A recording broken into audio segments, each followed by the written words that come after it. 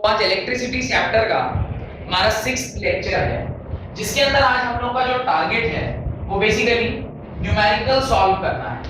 अब न्यूमेरिकल किन कॉन्सेप्ट के ऊपर सॉल्व करवाऊंगा। एक तो आपको न्यूमेरिकल सॉल्व कराएंगे the concept of Ohm's law के ऊपर, कि आप ओम्स लॉ के ऊपर कुछ सवाल सीखें। उसके बाद रेजिस्टेंस का जो फॉर्मूला हमने पढ़ा था, रेजिस्टेंस का फॉर्मूला क्या पढ़ा था, R is equal to rho L by A। Ohm's law क्या पढ़ा था, V is equal to IR। इस ही कुछ फॉर्मूले के ऊपर हम लोग पढ़ेंगे और फिर अगली क्लास में हम लोग सीरीज एंड पैरेलल में जब रेजिस्टेंस लगाया जाता है तो किस तरीके से उसको सॉल्व करते हैं, उसका डेरिवेशन और किस प्रकार से उससे न्यूमेरिकल सॉल्व करते हैं, ये सारी चीजें हम लोग देखेंगे। तो पहला सवाल लिखें, a wire of length L and resistance R, a wire of resistance L of length L and resistance R is stretched so that its length is doubled,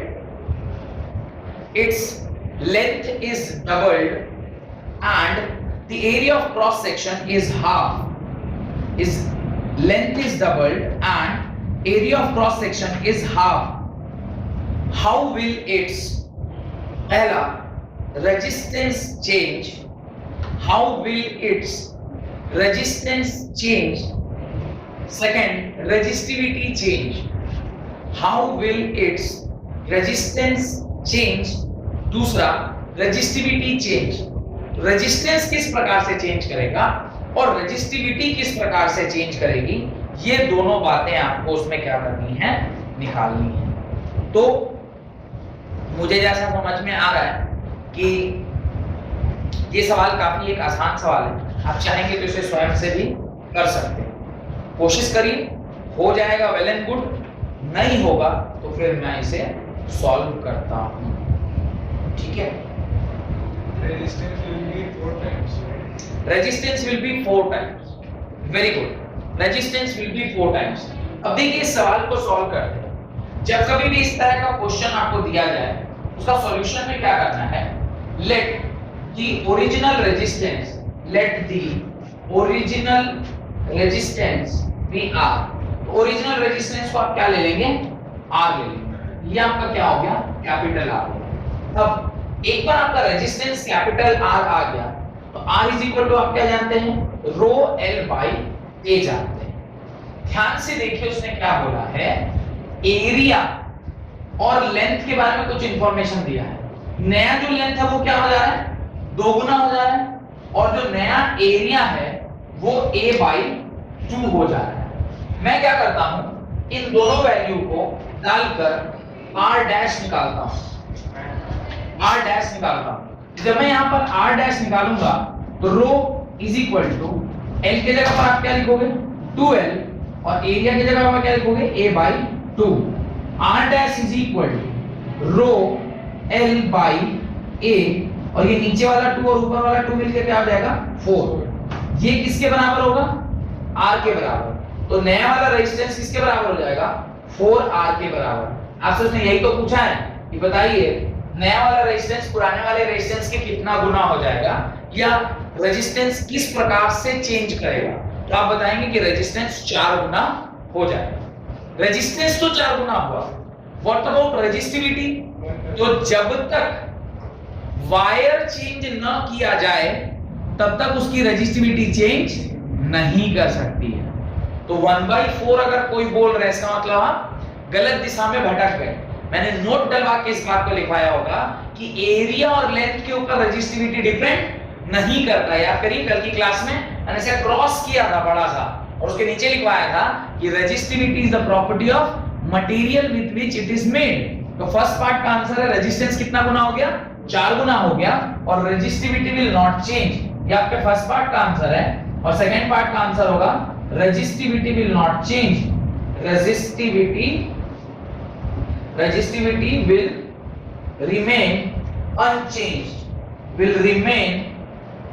unchanged, ये unchanged रह जाएगा, क्योंकि रेजिस्टिविटी जो है वो ना तो एरिया के ऊपर डिपेंड करती है और ना ही लेंथ के ऊपर डिपेंड करती है। डन। पहला क्वेश्चन समझ में आ गया सबको। दूसरा question, write the second question. A piece of wire of resistance 20 ohm, a piece of wire of resistance 20 ohm is drawn out so that its length is increased to twice its original length, so that its length is increased to twice its original length, उसके original length का 4 गुना हो गया है। Calculate the resistance of the wire, calculate the new resistance of the wire. ये वाला सवाल मैं खुद सॉल्व नहीं करूंगा, इस सवाल को आपको खुद से सॉल्व करना है। लेंथ अगर 4 गुना हो गया है तो आपको बताना है कि उसका न्यू रेजिस्टेंस क्या होगा। Similar kind of question, R is equal to rho L by A। नया वाला जो लेंथ है वो क्या हो गया, 2 गुना या 4 गुना? उसने क्या बोला, 2 टाइम्स हो रहा, 4 टाइम्स हो रहा है, 2 टाइम्स हो रहा है। तो ये 2 टाइम्स हो गया तो एग्जैक्टली 12 हो जाएगा। पर नीचे आप क्या लिखोगे, एरिया अगर अनचेंज्ड है तो पहले भी ए था और बाद में भी ए ही रहेगा। इसी सवाल में अगर मैं चाहूंगा तो उसको क्या कर सकता हूं, इस सवाल का आंसर भी ला सकते हैं। नीचे वाला एरिया विल नॉट चेंज, ये अगर चेंज नहीं करेगा तो यहाँ पे सिर्फ किसका फैक्टर आएगा, 2 का फैक्टर आएगा, और जो यहाँ पे आंसर होगा वो क्या होगा, 2 टाइम्स होगा। तो सेकंड वाला जो क्वेश्चन है उसका आंसर इसी वाले क्वेश्चन से निकल सकता है, सिर्फ स्लाइड चेंज अगर उसमें कर दिया जाए तो ये आपका क्या हो जाएगा, सेकंड क्वेश्चन का आंसर। डन। सिर्फ लेंथ डबल हो रहा है, आपसे पूछ रहा है कि अगर लेंथ सिर्फ डबल हो जाए तो लेंथ डबल होगा तो एरिया पे भी इफेक्ट आएगा। हाँ एक्चुअली इफेक्ट आएगा, लेकिन अगर वो नहीं बता कि कोई इफेक्ट आया है तो हम उसको खींच के नहीं कर रहे हैं, simply we are adding some wire, वो हो सकता है। आप कई बार होता है ना, हम उसको खींच के डबल लेंथ कर दिए, और कई बार होता है हमने उसको ऐड करके डबल किया। अगर खींच के करेंगे तब तो उसका लेंथ बढ़ेगा तो एरिया करस्पॉन्डिंगली क्या हो जाएगा, डिक्रीज कर जाएगा। पर if you added a wire तो उसने बोला नहीं है इज स्ट्रेच्ड करके या इज ऐसा कुछ बताया नहीं है, तो एरिया के बारे में उसने कोई जिक्र नहीं किया है। तो नहीं किया है तो हम लोग भी उसको कंसीडर नहीं करेंगे। अगला सवाल लिखें, a wire is 1 meter long and 0.2 mm in diameter. A wire is 1 meter long and 0.2 mm in diameter and has a resistance of 10 ohm and has a resistance of 10 ohm. Calculate the resistivity of the material. Calculate the resistivity of the material. आपसे उस particular wire की resistivity क्या होगी इसके बारे में सवाल पूछा गया है कि बताइए उस वायर की रेजिस्टिविटी क्या होगी। अब वायर की रेजिस्टिविटी निकालने के लिए R is equal to rho L by A जैसा फॉर्मूला आपको क्या करना होगा, यूज करना होगा। तो R is equal to rho L by A इस तरह का फॉर्मूला आप यूज करेंगे और यूज करके आप सॉल्व करेंगे उस पर्टिकुलर सवाल।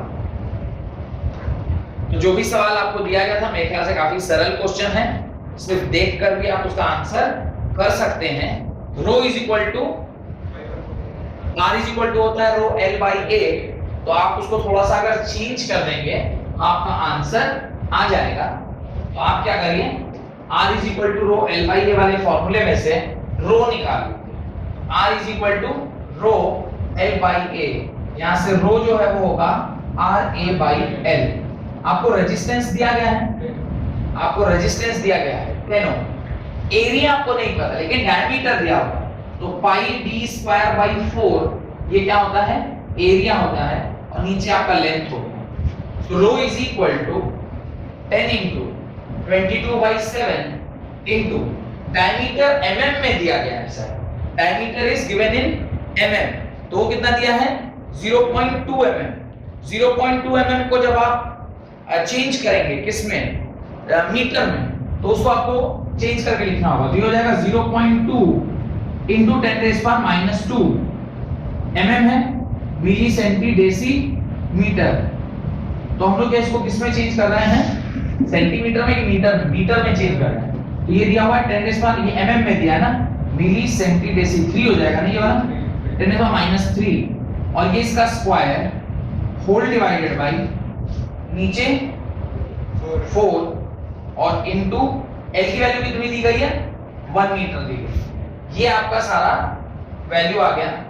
इसको थोड़ा सा जब आप सॉल्व करेंगे तो यहाँ पे एक L है, ऐसा भूल गड़बड़ नहीं हो, यहाँ पे एक L है, दिस डिवाइडेड बाय L। इसको जब आप सॉल्व करके लिखेंगे तो रेजिस्टिविटी की जो वैल्यू आती है वो है 3.14 into 10 raised by -7, 3.14 into 10 raised by -7। और रेजिस्टिविटी का जो यूनिट है वो क्या है ओम इनवर्स मीटर इनवर्स, यही है। चेक कर लीजिए एक बार रेजिस्टिविटी का क्या होगा, या ओम मीटर है, ओम मीटर।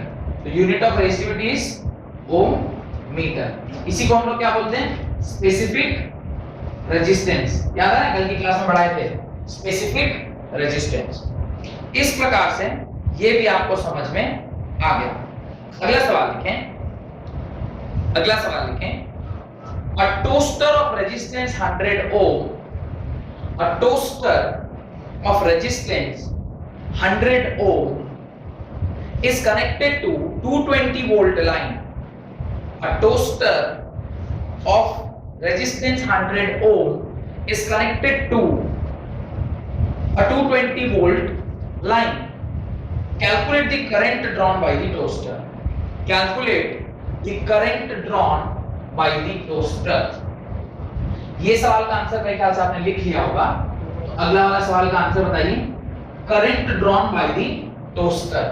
तो किसी भी सवाल को फिजिक्स के जब आप सॉल्व करते हैं उसके लिए बहुत इंपॉर्टेंट होता है कि क्या आपको क्वेश्चन में दिया गया। तो मेरे ख्याल से गिवन आपको दिया हुआ है कि आपने उसको वोल्टेज कितना अप्लाई किया है 220 वोल्ट का अप्लाई किया है, और रेजिस्टेंस जो है वो 100 ओम का है। आपसे करंट पूछ रहा है, करंट की वैल्यू होती है V by R, that is 220 by 100। इसको आप सॉल्व करिएगा, ये आएगा 2.2 एम्पीयर। तो ये आपका 2.2 एम्पीयर आपका current drawn from the circuit हो गया। अगला सवाल लिखिए। When a potential difference of 1.2 volt is applied, when a potential difference of 1.2 volt is applied across a conductor, when a potential difference of 1.2 volt is applied across the conductor, current flowing in the circuit is 0.25 ampere. Current flowing in the circuit is 0.25 ampere. Calculate the resistance of the wire. Calculate the resistance of the wire. आपसे calculate करवा रहा है वो resistance कि resistance कितना होगा। मेरे ख्याल से अगर ओम्स लॉ आपको ठीक से पता है तो ये सवाल आपके लिए कोई बहुत भारी सवाल नहीं होना चाहिए। कितना चला है 4.8 ओम। आपको क्या दिया हुआ है, आपको V दिया हुआ है, आपको I दिया हुआ है, और आपसे R कह रहा है। I होता है R होता है V by R। वोल्टेज कितनी दी गई है 1.2 volt is the voltage given. I कितना दिया हुआ है 0.25 एम्पीयर। बस वोल्टेज की वैल्यू से 0.25 को डिवाइड कर दीजिए, इसको सॉल्व करिएगा तो 4.8 ओम आएगा। तो रेजिस्टेंस जो उस पर्टिकुलर वायर का है वो कितना है 4.8 ओम के बराबर है। अगला एक और सवाल लिखिए। Resistance of a conductor of length 1 metre, resistance of a conductor of length 1 metre and cross sectional area of 1 mm square. Resistance of conductor of length 1 meter and cross sectional area of 1 mm square is 8 ohm. Is 8 ohm. Calculate the specific resistance of the conductor. Calculate the specific resistance of the conductor. Specific resistance मतलब आपसे क्या कह रहा है calculate करने को, रो की value आपसे कह रहा है कैलकुलेट करने। 8 into 10 raised by -6 ohm meter। Very good. 8 into 10 raised by -6 ohm meter। बहुत ही सरल सवाल है। क्या सवाल है, R इज इक्वल टू आप जानते हैं रो L by A के बराबर होता है। यहां से रो इज इक्वल टू क्या होगा आर ए बाई एल। मेरे ख्याल से सारी वैल्यूज आपको डायरेक्टली इनडायरेक्टली दी गई है। 8 O into 1 mm square, 1 mm मतलब 10 raised power minus 3 whole divided by length is 1 meter only। का होल स्क्वायर is 6 ये- होल स्क्वायर। ये क्या है? एरिया है। हाँ होल स्क्वायर होगा माइनस 6 होगा। जो मन ये 1 mm स्क्वायर है। अच्छा 1 mm स्क्वायर मतलब दिस स्क्वायर, तो rho is equal to 8 into 10 raised power minus 6 ohm metre के बराबर। 8 into 10 raised power minus 6 ohm metre.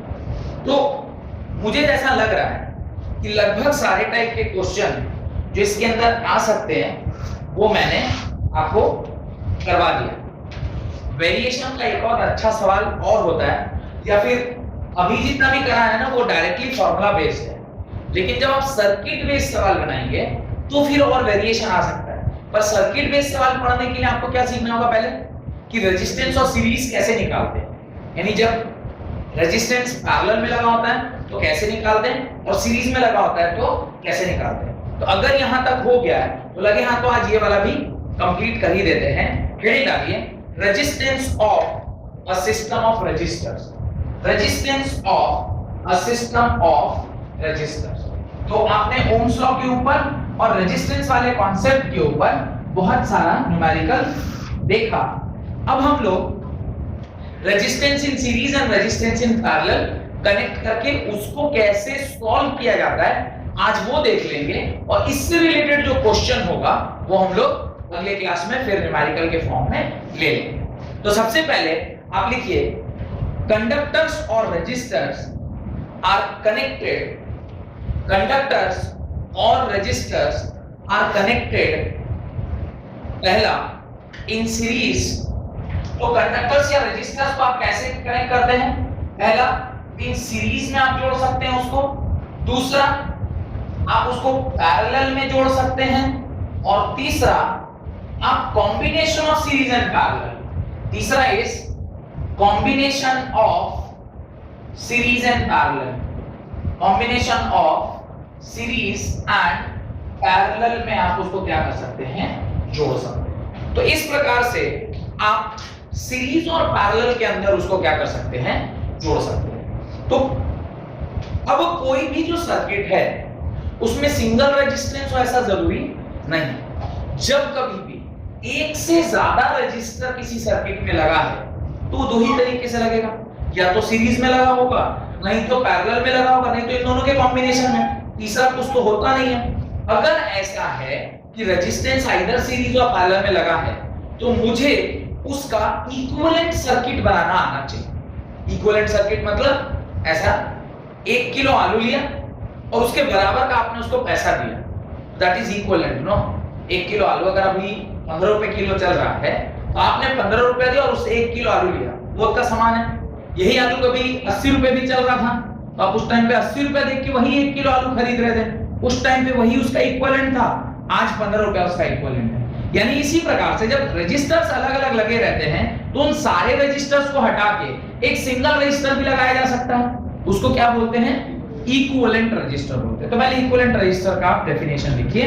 Right, the resistance of series or parallel combination of resistors, the resistance of series or parallel combination of resistors is known as equivalent resistance or effective resistance. आप इसको क्या कहते हैं? Equivalent resistance बोलते हैं या फिर effective resistance बोलते हैं। यानी जब सीरीज और पैरेलल में रेजिस्टर्स लगे हों तो उसका जो उसके बराबर का रेजिस्टेंस का अगर हम सिंगल रेजिस्टेंस वहां लगाते हैं तो उसको क्या बोलते हैं? इक्विवेलेंट रेजिस्टेंस या फिर इफेक्टिव रेजिस्टेंस। इसके अंदर बेसिकली हमें दो पार्ट पढ़ना होता है मुख्यतः, एक होता है सीरीज कॉम्बिनेशन, दूसरा होता है पैरेलल कॉम्बिनेशन, और दोनों का जो मिश्रण है उसको निकालने के लिए फॉर्मूला तो सीरीज और पैरेलल का ही लगता है, सिर्फ सवाल सॉल्व करते वक्त आप उसके कॉम्बिनेशन को यूज करते हैं। तो पहला जो आपको हेडिंग डालना चाहिए उसके नीचे वो डालना चाहिए resistors connected in series, resistors connected in series. अभी आप लोग रजिस्टर जब सीरीज में कनेक्टेड होता है तो उसका हम लोग डेरिवेशन चेक कर रहे हैं। ध्यान से देखिएगा, बहुत इंपॉर्टेंट और काफी सरल। देखिए मैंने आपको लास्ट क्लास में शायद या लास्ट क्लास में इस प्रकार से दिखाया था कि रजिस्टर का जो सिंबल होता है वैसा होता है। अब एक रजिस्टर के दो एंड होते हैं, इसको मैं ए बोल रहा हूं और इसको मैं बी बोल रहा हूं। एक साइड को मैं बोलूंगा हेड और दूसरी साइड को मैं बोल रहा हूं टेल। एक और रजिस्टर है जिसके पास भी एक होगा हेड, दूसरा होगा टेल, और एक और रजिस्टर ले रहा हूं जिसका एक साइड पे क्या होगा हेड होगा और दूसरी साइड पे क्या होगा टेल होगा।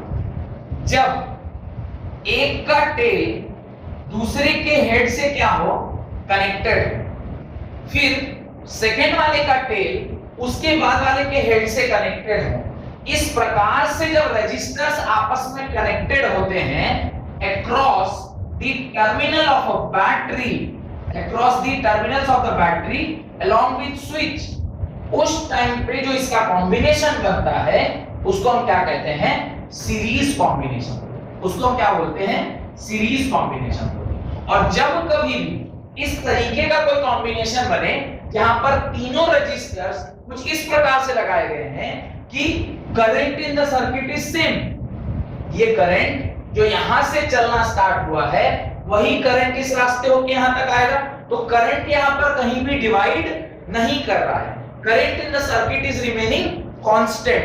ऐसे सर्किट को हम क्या बोलते हैं सीरीज सर्किट। ध्यान से समझ में आया?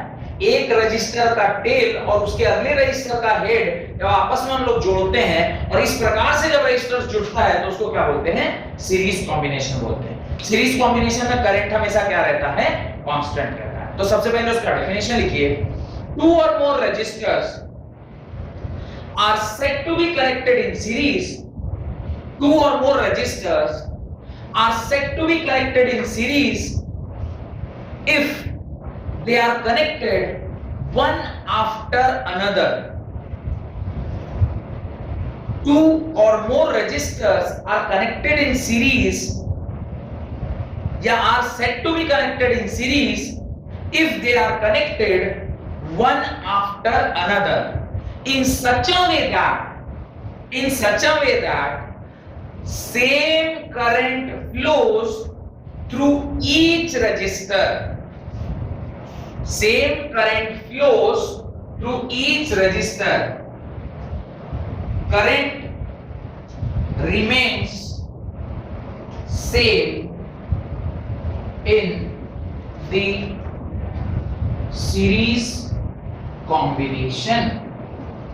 बहुत इंपॉर्टेंट बात, I is equal to constant।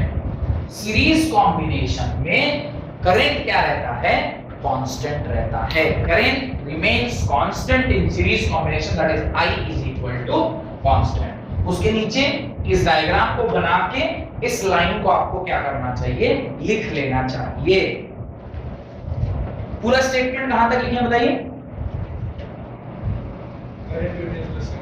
when और कंटिन्यू करके लिखिए, when some potential difference is applied across the combination of resistors। ये तो तभी संभव होगा जब आप पोटेंशियल डिफरेंस अप्लाई करेंगे। बिना पोटेंशियल डिफरेंस के तो ना तो करंट आएगा और करंट नहीं आएगा तो रेजिस्टर को लेके आप करिएगा क्या। तो when some potential difference is applied across the combination of resistors, तो इस रेजिस्टर के अक्रॉस जब आप पोटेंशियल निकाल रहे हैं और हमारा एम क्या है अभी निकालने का, हम इसकी जगह पर एक ऐसा सर्किट बनाना चाहते हैं जिसका पोटेंशियल तो उतना ही हो लेकिन रेजिस्टेंस जो है वो क्या हो जाए सिर्फ सिंगल रेजिस्टेंस आ जाए, जिसको हम लोग क्या बोलते हैं आर इक्विवेलेंट बोलते हैं। तो अब मुझे बताइए क्या मैं ओम्स लॉ से इस सर्किट के लिए V is equal to I into R equivalent लिख सकता हूं कि नहीं लिख सकता। इसमें करंट I है, रेजिस्टेंस R इक्विवेलेंट है, तो V is equal to I are.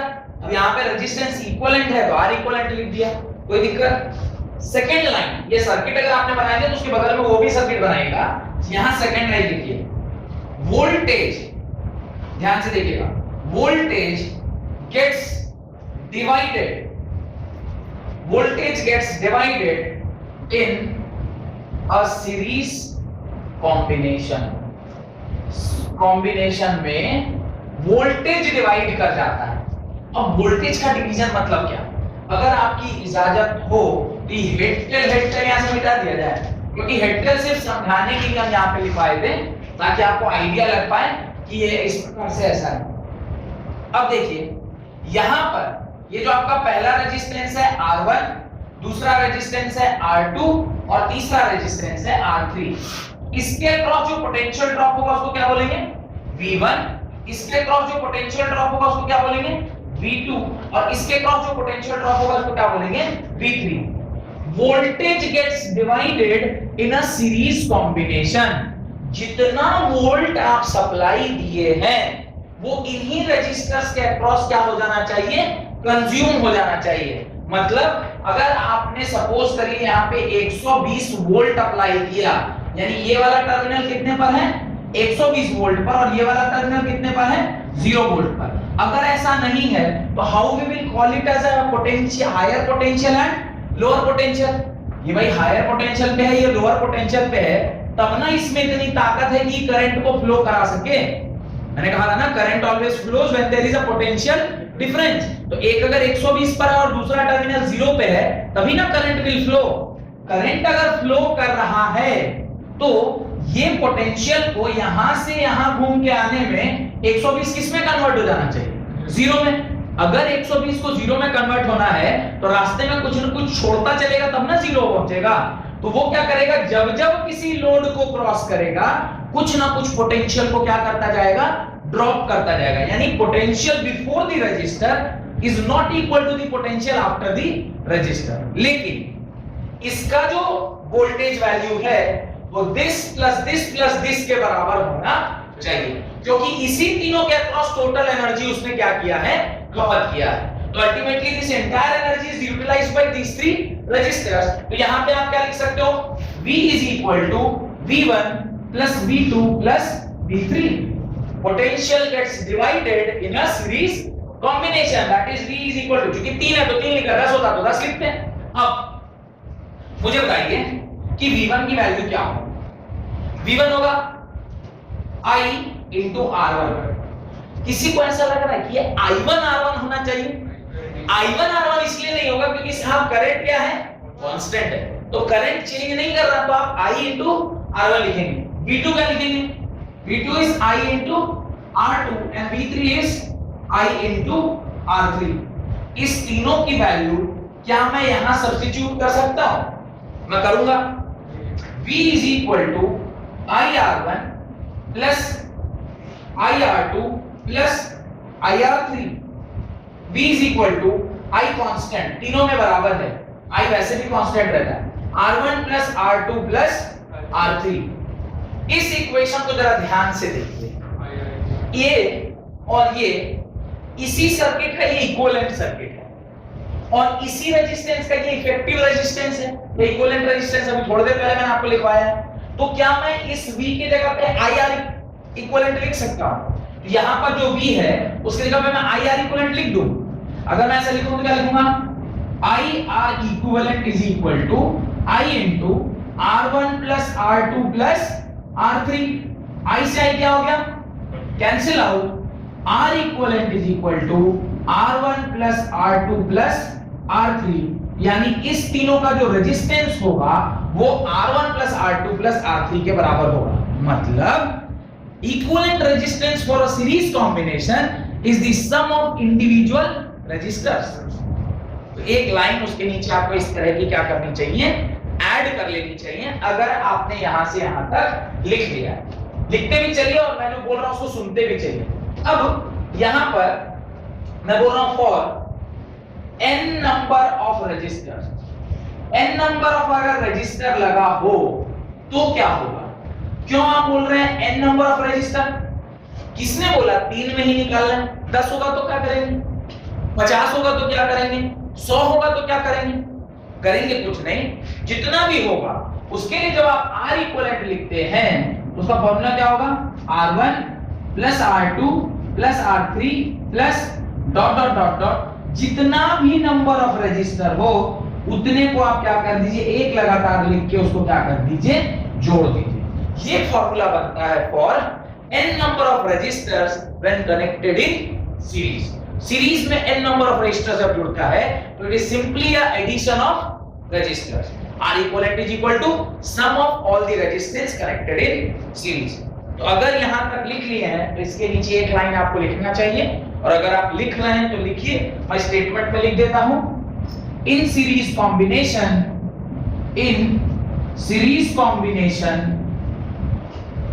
R equivalent is equal to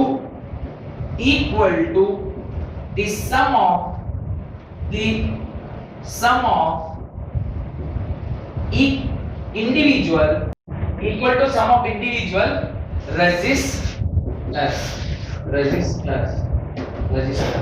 तो इस प्रकार से सीरीज कॉम्बिनेशन में जो आपका R इक्विवेलेंट होता है वो इंडिविजुअल रजिस्टर का क्या होता है, सम होता है। ये लाइन आपने वहां पर लिखनी थी, ठीक है। तो इसका डेरिवेशन मैंने करा दिया है आपको, और अब उसके नीचे आपको लिखना चाहिए features of series combination of resistors. ये यहां तक लिख लिया था सबने, इसके नीचे लिखिए features of series combination of resistors. पहला, the net resistance of the combination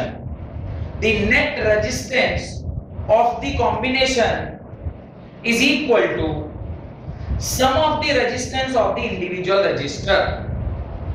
The net resistance of the combination is equal to sum of the resistance of the individual resistors। Individual register का जो सम है वो R equivalent के बराबर होता है। जो लाइन मैंने अभी लिखवाई थी उसी को उसने पहले पॉइंट पे लिखवाया। Second, the current flowing through each register is same. Second, ये लाइन भी मैंने आपको लिखवा रखा है, current flowing through each register is same, that is current is equal to constant. That is current is equal to constant. Third लिखिए, the voltage applied across the series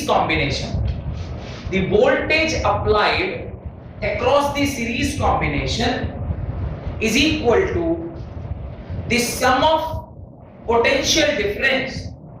The voltage applied across the series combination of resistors is equal to the sum of potential difference across individual resistances।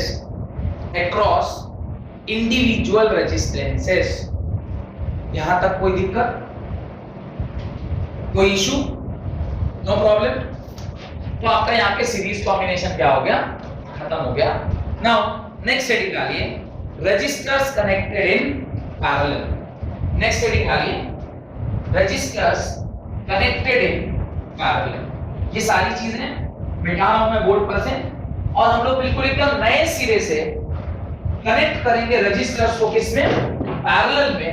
और parallel के लिए भी इसी प्रकार से पूरा का पूरा डेरिवेशन लिखते हैं। तो सबसे पहले पैरेलल कॉम्बिनेशन, ये आपका हेडिंग हो गया। जैसे हमने सीरीज में देखा था ठीक उसी प्रकार से यहां भी हमें देखना है कि एक रजिस्टर का, मैंने क्या बताया, एक हेड होता है और दूसरा टेल होता है। अब इसमें और उसमें यही अंतर है कि जितने भी रजिस्टर्स आप लगाओगे वो सारे हेड जो है वो एक तरफ कलेक्टेड हो जाते हैं और टेल जो है वो एक तरफ कलेक्ट हो जाते हैं। मैंने इसी को हेड माना था, दिस वाज ए बी, इसको आप सी डी और इसको ई एफ मान लें। तो ए सी और ई ये तीनों इस रजिस्टर का क्या है, हेड है, और बी डी और एफ इसका क्या है, टेल है। इसको जब हम किसी बैटरी के साथ जोड़ते हैं तो इस प्रकार से जो रेजिस्टेंस लगा होता है उसको हम क्या कहते हैं, उसको हम क्या कहते हैं, parallel combination. When resistors are connected, एक एंड को एक जगह पर और दूसरे एंड को दूसरे जगह पर, इस प्रकार से जब रेजिस्टर्स को लगाया जाता है तो उसको हम क्या कहते हैं, पैरेलल कॉम्बिनेशन कहते हैं। हमारा इस बार भी क्या काम है, हमारा इस बार भी यही काम है कि इसके बराबर का क्या ढूंढना है, हमें इक्विवेलेंट सर्किट ढूंढना है। इक्विवेलेंट सर्किट का क्या मतलब होता है, एक ऐसा सर्किट जिसके अंदर सेम वही सारी व्यवस्थाएं हो जो व्यवस्था हमने यहां लगाई थी, और उसके एवज में हम यहां पर सिर्फ एक सिंगल रेजिस्टेंस यूज करेंगे जिसका नाम होगा आर इक्विवेलेंट। यहां पर भी V सप्लाई दिया गया था और यहां पर भी V सप्लाई दिया गया है। यहां तक कोई दिक्कत है तो बताइए, नहीं? तो आप लिखना स्टार्ट करिए, to or more resistors, right, two or more resistors are said to be connected in parallel. Two or more resistors are said to be connected in parallel if one end of each resistor is connected at one common point. If one end of each resistor is connected at one common point and other end of each resistor is connected at other common point. One end of each resistor is connected at one common point and other end of each resistor is connected at another common point. Another common point such that the potential difference across each resistor is equal, such that the potential difference across each resistor is equal to the applied potential difference across the combination of resistors, such that the potential difference across each resistor is equal to the applied potential difference across the combination of resistors. ये जो उसने last में एक बात कही है उसको हमें क्या करना होगा, समझना पड़ेगा।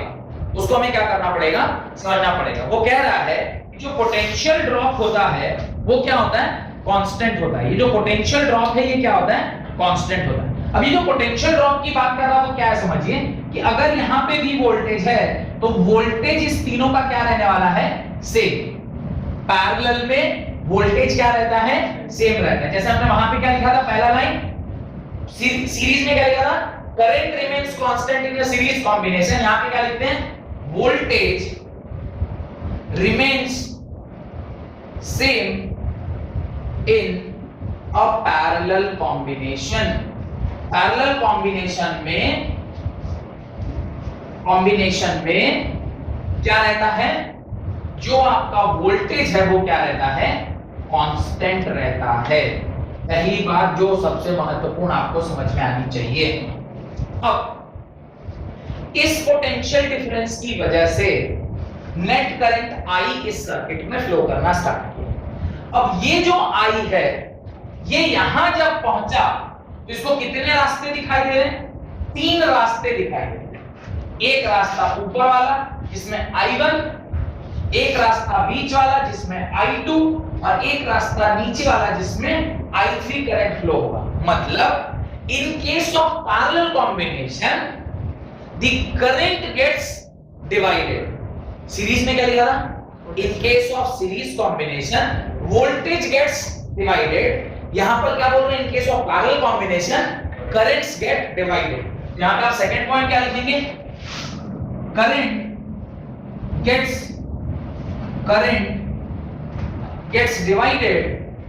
gets divided into several parts, several parts, several parts in parallel combination, अब ये बात आपको समझ में आ गई। इसका मतलब है जो आपका करंट I था वो किसके बराबर होगा, I1 plus I2 plus I3 के बराबर होगा। इसमें मेरे ख्याल से आपको कोई डाउट नहीं होना चाहिए। अगर इसमें कोई डाउट नहीं है तो मुझे बताइए इसके जगह पर मैं इक्विवेलेंट क्या लिखूंगा, V is equal to I into R equivalent लिखेंगे नहीं लिखेंगे? तो यहां से क्या मैं I की value V upon R equivalent लिख सकते हैं? ये देखिए लिख सकते हैं कि नहीं लिख सकते? Can I right this? ये लिखा जा सकता है कि नहीं? V बाई आर इक्विवेलेंट लिख सकते हैं? अब जरा ध्यान देकर देखिए, पहले वाले में जो करंट I है इसकी वैल्यू थी R1, इसकी वैल्यू थी R2 और इसकी वैल्यू थी R3। अब अगर मुझे I1, I2 और I3 की वैल्यू लिखनी है तो I1 में क्या लिखूंगा? I1 लिखूंगा V अपॉन R1 के बराबर। किसको ऐसा लग रहा है कि सर मुझे यहाँ पे V1 बाई R1 लिखना चाहिए? V1 बाई R1 लिखना चाहिए या V बाई R1 लिखना चाहिए? V बाई R1 लिखना चाहिए। इसलिए V बाई R1 लिखना चाहिए क्योंकि पहली ही लाइन जो मैंने वहां लिखवाई है वो क्या लिखवाया है? In parallel combination voltage remains constant। तो V क्या रहने वाला है? कांस्टेंट रहने वाला है। तो I1 ऐसे लिखा तो I2 भी कैसे लिखेंगे? V by R2 और I3 क्या लिखेंगे? V by R3 के बराबर। अब इन तीनों की वैल्यू आप कहां पुट करोगे? यहां पुट करोगे। तो अब I इज इक्वल टू क्या लिखोगे? V by R1 plus V by R2 plus V by R3। यहां पे V कॉमन ले लेंगे तो क्या बचेगा?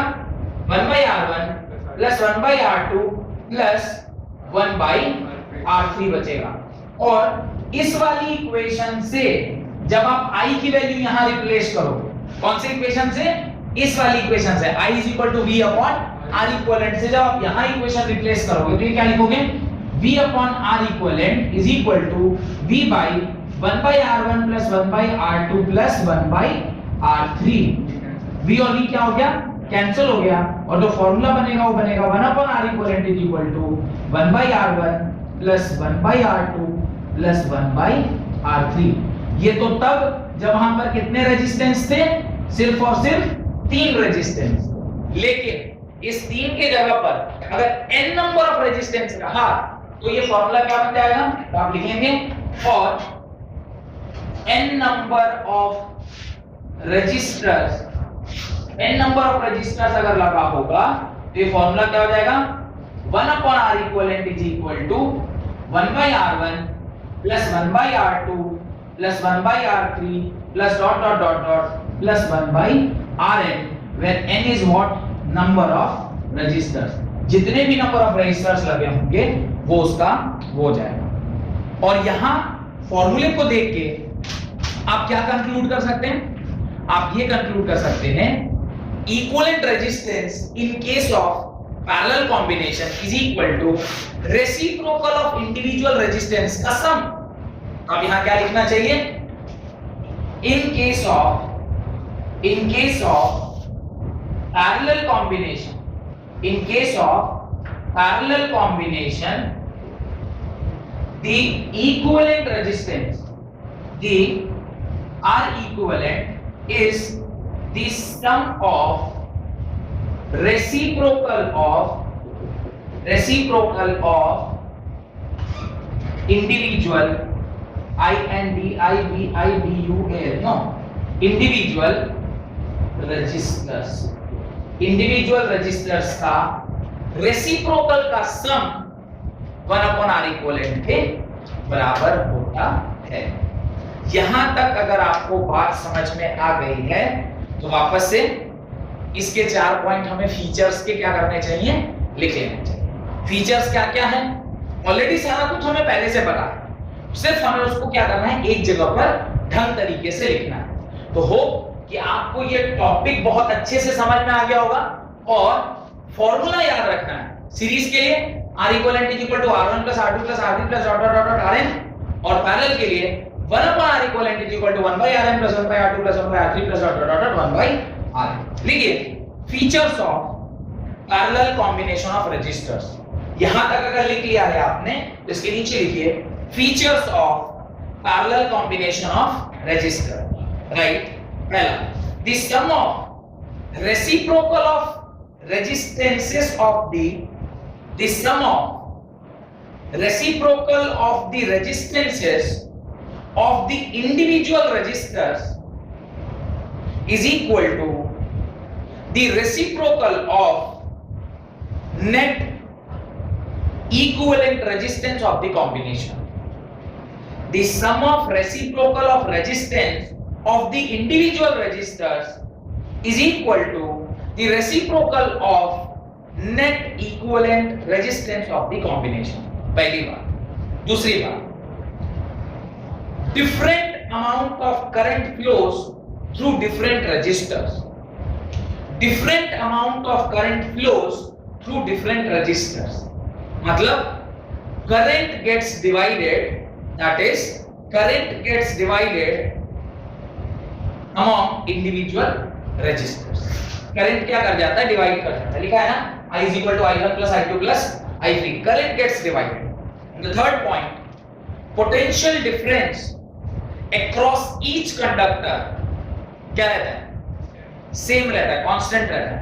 The potential difference across each conductor या resistor is equal to potential difference across each conductor या resistor is equal to the voltage applied across the parallel combination of the resistor.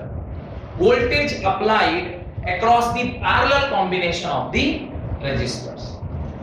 ठीक है, यहां तक रखते हैं. अगली क्लास में सीरीज और पैरेलल में किस तरीके से सर्किट बनाया जाता है, सीरीज और पैरेलल में किसका किसके ऊपर क्या एडवांटेज है, क्योंकि कई बार हो सकता है सीरीज ज्यादा एडवांटेजेस हो, कई बार पैरेलल ज्यादा एडवांटेजेस होता है, वो भी निकालेंगे. सिंपल कुछ न्यूमेरिकल करेंगे और उसके बाद हम लोग मिक्स्ड जो कॉन्सेप्ट है that is series or parallel के कॉम्बिनेशन का, उसके ऊपर न्यूमेरिकल बनाने की कोशिश करेंगे. तो होप कि यहां तक आपको समझ में आया. लेक्चर अटेंड करने के लिए बहुत बहुत धन्यवाद.